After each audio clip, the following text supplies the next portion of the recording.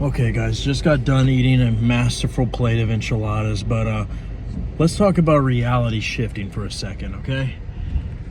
So, you are shifting realities all the time. You're shifting realities every second of the day, okay? When you are on your way to work and you were thinking about how much you hate your job, okay? That is you shifting to the reality where you have a crappy job.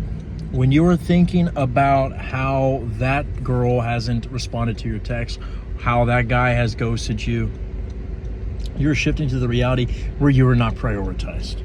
Okay? So if it's all about what you were thinking of, what you are focusing on, then what good does it do you to focus on those things? Okay? So one of the most practical ways that I've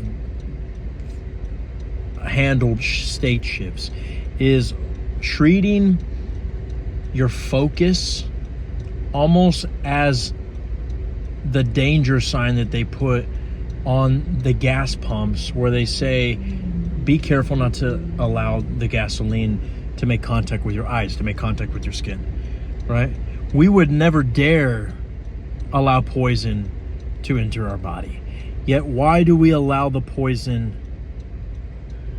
of our minds to destroy our reality, right?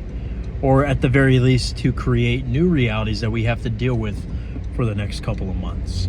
Okay, so from now on, I want you to treat your thoughts like danger warnings. Now, here's the catch. I don't want you to think, though, that if you have a thought or two that it's ruined, you messed everything up.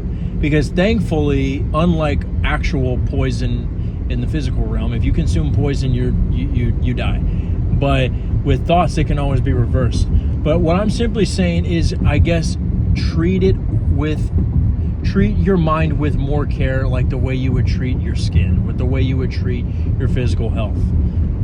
I mean, I hope you're treating your physical health with some sort of care, right? If someone has a weapon pointed at them, they're not just going to say, yeah, go ahead. They're just not. So why allow the weapons of our thoughts to do the same thing? Okay? So, in other words, one of the things that has helped me is I developed an alter ego of myself, and it's nothing special, okay? Now, I used to talk about my alter ego, which is Neil Arthos. My real name is something else that I'm not going to share right now, but whether it's you naming yourself something different, whether you see yourself as, a superhero or a celebrity or your favorite athlete, whatever it is, if you have an idea of where you want to be in your dating life, if you have an idea of how you want to be dealing with your money financially, if you want to be rich, if you want to be successful in your dating life, if you want to be more confident, if you want to have a better career and more success in your business, while this guy thinks that it's okay to just go on red in the middle of traffic, then just simply ask yourself, what would the version of me who has these things be doing already? And with that mindset, if you continue to ask yourself this question over and over again, eventually you will not have to constantly keep asking over and over again like a robotic affirmation. And you will eventually get aligned and get in the habit of realizing the types of things that you would and would not do if said version of yourself was already here in the now moment. Which, by the way, if you see yourself and are asking yourself that question, and then you follow whatever actions you would be taking in this moment, whether it's, would I be picking my nose at this certain angle if I had my SP? Would I be scratching my ass this certain way if I had all the money? Whatever it is. Would I be buying this Louis Vuitton bag in this way, with this reaction, with this emotional response, if I had all the money? Would I be walking on my way to the front office with this swagger if I had my SP, right? Whatever it is.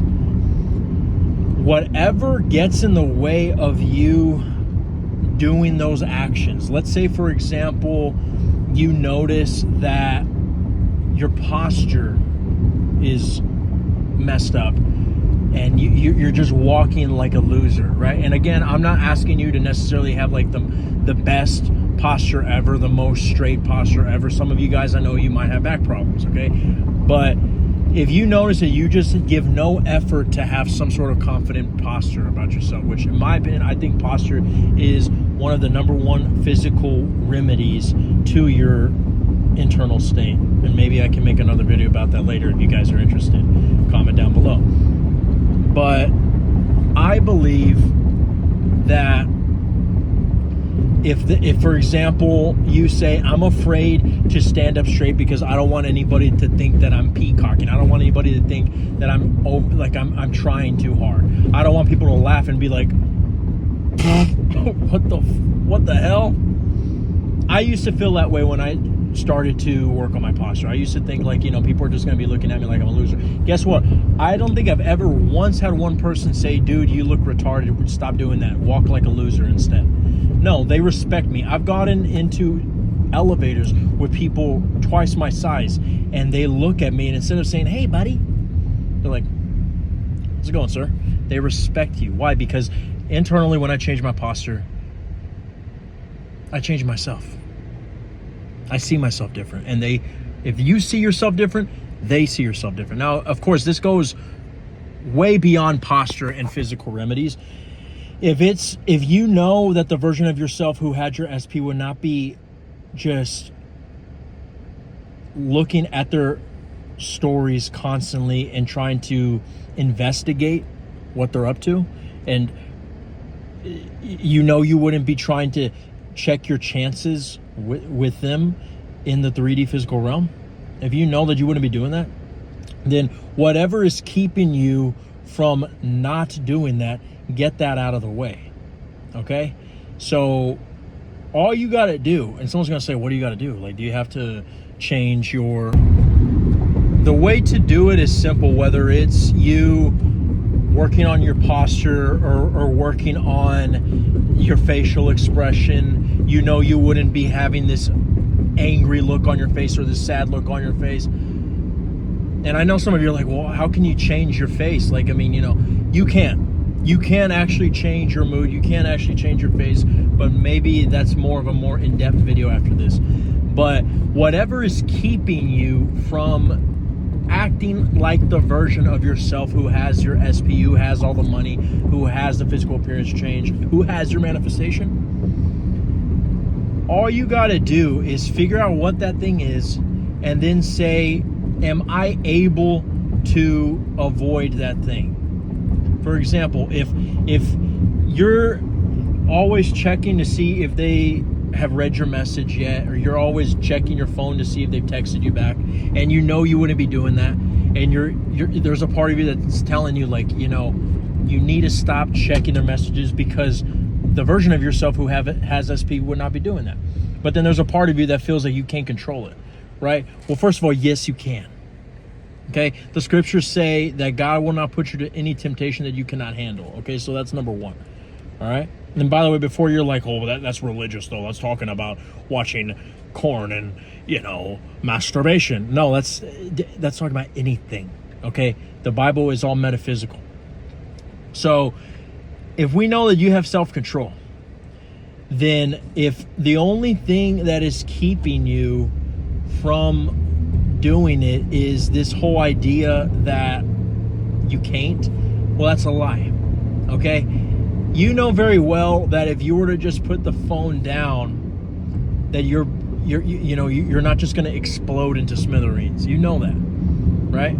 So if you know that you are physically capable of doing the thing, that's all that you need. That's all the motivation that you should need in order for you to do it. If you have to fucking force yourself to put the phone away, do it. Okay? Do at least try to put the phone away. I'm not saying that, if you, because maybe you can't just throw the fucking phone in the river, right? Maybe you can't just put the phone away in a hiding place because maybe you're out in public and you just are not going to fucking hide your phone in downtown Seattle. Okay, great. But you can keep it in your pocket, right? Now, there's going to be that temptation to take it out and be like, But the fact that you tried is already giving you access to that state already. Because guess what? I've always said that when you do something counter responsive, counter interactive, completely opposite 360 of what you are used to doing, it enters you into a new state automatically. Because when your subconscious enters into territory that you have not charted yet, uncharted territory, you automatically are in a new state because it's new. It's newness. It's like when you hear Pink Floyd for the first time and you're like, holy shit, this is way more different than the Beatles, right? It's just, you know, there's no going back, right? So that's what I would do, is whatever you need to accomplish or do, whatever action you need to take to act like the version of yourself that has your SP, that has the money, whether it's stop checking your bank account every 5 minutes, whether it's stopping this reaction whenever you have to pay a bill and you're like, fuck, dude, I have all the, I suck, I'm so broke. Nobody is forcing you to identify with that thought. You can have that thought. You're not the one who had that thought either ways. That thought came to you, but don't entertain it. You are not going to die if you don't entertain that thought. If you think of something else, you're not going to die. I promise you, you won't. You can feel the sensation in your body of, fuck, I'm broke, but don't identify with it.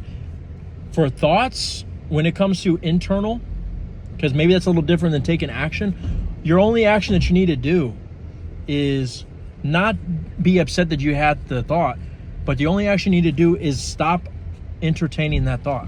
Give it no more screen time. And you're probably saying, yeah, but the thought just keeps coming and coming over and over again.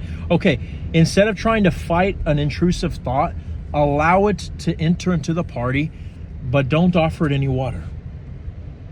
Allow it to starve. Or if it keeps stealing water and it just doesn't want to go away and it's just helping themselves, okay, great. Don't argue with it. Because like the scriptures say, if you resist the devil, he will flee. Okay? So for physical things, for physical actions, like postures that you know you would be doing if you were walking down the street and you were Mr. Rich, you're Mr. Sexy, you're walking into a club, you're walking into a get-together with your friends. You know you would not be walking like a loser if you had all the women. Change your posture. You know, shoulders back. And even for you women, like, I mean, a lot of you guys, it's not so much posture because, I mean, to be honest, you guys could be crumbled up like a tortoise and men will just be looking at other parts either ways. However, fucking have a cockiness to yourself, okay? Have a look on your face where you're just like, you know, I'm that bad bitch. I'm a goddess. Okay? And typically in your case, it's internal. So instead of giving into this feeling of, oh, but I don't know, you know, what if nobody wants to talk to me? What if I look ugly? What if the men over here think I'm fat? Or what if I like a guy here, but the only guys who are talking to me are the ones that are ugly sacks of shit who I don't even want to talk to? If that's the way you're going to approach it, then you're going to identify with those thoughts and you're going to get that reflected to you. Okay? Allow those thoughts to intrude. Allow them to enter into the party. And if they want to help themselves to drinks, great. But you don't have to fucking talk to them. Don't talk to the thoughts. Don't argue with them. Allow the thoughts to be there. You're talking. It's like you're at a party and there's that annoying guy. It's like, yeah, I know. He's being annoying, but whatever. Now, I know you're probably going to say, well, I mean, but they would eventually tell me like, hey, you got to do something about it. Well, yeah, you can try to say some affirmations like, I'm the sexiest motherfucker here. You know, everybody worships me at my altar, right? Which, to be honest, just like the custom affirmations that I give, links are in the description, a lot of people say that that's what actually just fire extinguishes those thoughts right away. However, if that doesn't work, sometimes you just have to let the thoughts be. And I've never heard anybody who's dealt with intrusive, spiraling thoughts for more than 5 minutes, okay? But that's just me spitballing. I think I need to make this video in a lot more in depth of what I'm talking about. But basically, for physical actions that you know you should take or wouldn't take if you already had your manifestation, just simply ask yourself, am I physically capable of doing this? Do I have enough health stamina to do or not do this. And if you are totally capable of doing it physically, then try. And even by trying, you get into the state. And internally, whether it's through affirmations, whether it's through an imaginal act that just extinguishes that thought, or whether it's just allowing the thought to be because you know that you're not your mind or your body. Either ways, don't entertain the thoughts. Don't identify with them. It's all about accessing the state. Now, if you need more in-depth help for this, for any sort of manifestation, the links are in the description below. And if you become a channel member, you get access to the next 2 months of videos and also discounts to any of my services.